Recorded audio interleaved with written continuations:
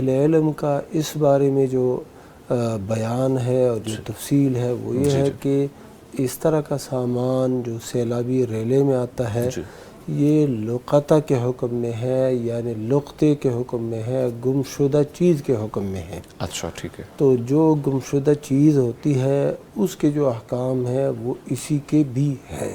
ایسے ہی ٹھیک ہے۔ اور گمشدہ چیز کے کیا احکام ہے؟ گمشدہ چیز کے احکام احادیث میں ان کی بڑی وضاحت آئی ہے، فقہاء کرام نے بھی وہ ساری ترتیب بیان کی ہے۔ اچھا ٹھیک ہے۔ پہلی بات تو یہ ہے کہ اگر کوئی چیز معمولی ہے، زیادہ قیمتی نہیں ہے، اور یہ اٹھانے والے کو یہ یعنی کہ خیال میں آتا ہے کہ مالک جو ہے اس کے پیچھے نہیں پھرے گا، تو اس چیز کو وہ اٹھا کے اپنے استعمال میں لا سکتا ہے، اعلان کیے بغیر اور انتظار کیے بغیر۔ اچھا ٹھیک ہے۔ تو جیسے کہ عام لقطے کے بارے میں یہی حکم ہے کہ ایک بندہ جا رہا ہے، کہیں پر سیب گرا پڑا ملا ہے، کوئی پین ہے، کوئی ایسے کوئی 10 روپے 100 روپے ہے، تو اس کے پیچھے پھر بندہ واپس نہیں آتا اور تلاش بھی نہیں کرتا، وہ کہتے گر گئے ہیں تو گر گئے ہیں۔ تو ایسی چیز اگر کوئی اٹھا لے تو انتظار کیے بغیر اور اعلان کیے بغیر اس کو اپنے استعمال میں لا سکتا ہے۔ ٹھیک ہے ٹھیک ہے اوکے۔ تو اسی طرح اگر سیلاب کے اندر بھی کوئی ایسی چیز آ گئی جو قیمت اس کی یعنی اتنی زیادہ نہیں ہے تو اس کو اپنے استعمال میں لا سکتا ہے۔ لیکن اگر کوئی چیز آ گئی ہے وہ قیمتی ہے، قیمتی لکڑیاں ہیں، اور اسی طرح جو ہے نا کوئی سونا چاندی کوئی اور گھریلو سامان ہے، اس کو یہ جب اپنے تحویل میں لیتا ہے تو اچھا کرتا ہے، اپنی تحویل میں لے اور اسی طرح تباہ ہونے سے اس کو بچا لے، تو یہ تو ایک نیکی ہے۔ اس کے بعد اس کی ذمہ داری شروع ہو جاتی ہے۔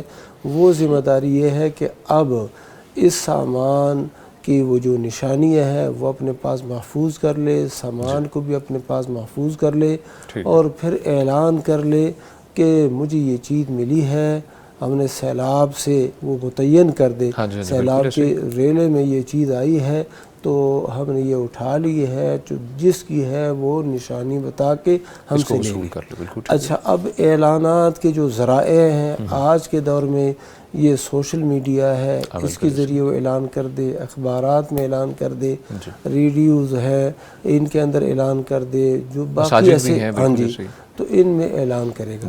تو یہ پھر انتظار کرے گا 1 سال تک، اگر کوئی نہیں آیا اس چیز کے پیچھے کوئی نہیں آیا تو 1 سال کے بعد پھر یہ شخص اسے اپنے استعمال میں لا سکتا ہے اگر خود حاجت مند ہے، اور اگر خود حاجت مند نہیں ہے تو پھر یہ کسی فقیر مسکین کو دے دے گا اور وہ اپنے استعمال میں لے آئے گا۔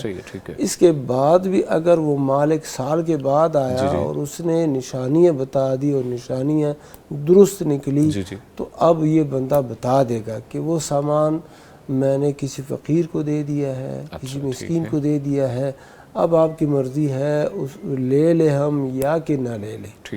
تو اگر اس نے خود استعمال کیا ہے تو پھر یہ ضامن ہے، وہ دے دے۔ اگر وہ بندہ نہیں مانتا اور کہتے نہیں میں نے اپنی چیز لینی ہے تو پھر یہ بڑی ذمہ داری کی بات ہے، اور لوگ جو ہے اس طرح کی چیزوں کو مال غنیمت سمجھ کے وہ اٹھا لیتے ہیں۔ وہ کہتے ہیں اللہ نے عطا کیا ہے ہمارے لیے، اللہ کی زمین سے آپ کو پتہ ہے کہ آپ سے کچھ دور جو ہے نا اوپر والے حصے میں وہاں پر سیلاب آ گیا ہے، تباہی ہو گئی ہے، اور وہیں سے یہ سامان آ رہا ہے، آسمان سے تو یہ نہیں بھیجا گیا ہے، تو لوگوں کے گھروں سے یہ سامان جو بھی چیز ہے وہ آپ کو ملی ہے تو آپ نے اس کو محفوظ رکھنا ہے۔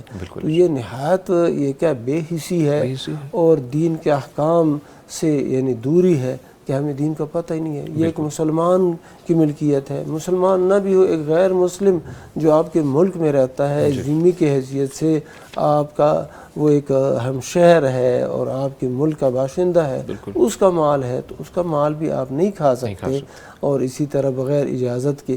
تو یہ تو ہونا چاہیے لا یحل مال امرئ مسلم الا بطیب نفس منہ، کسی بھی مسلمان کا مال حلال نہیں ہے مگر اس کی دل کی خوشی اور اجازت کے ساتھ۔ اب اس کا ایک تو گھر تباہ ہو گیا ہے، مال ضائع ہو گیا ہے، اوپر سے جو چیز مل گئی ہے اس کو بھی تم دبا رہے ہو۔ اور یعنی کہ ہتھیار لیتے ہو، ظلم ہے، یہ غصب ہے، یہ کسی بھی صورت میں جائز نہیں ہے۔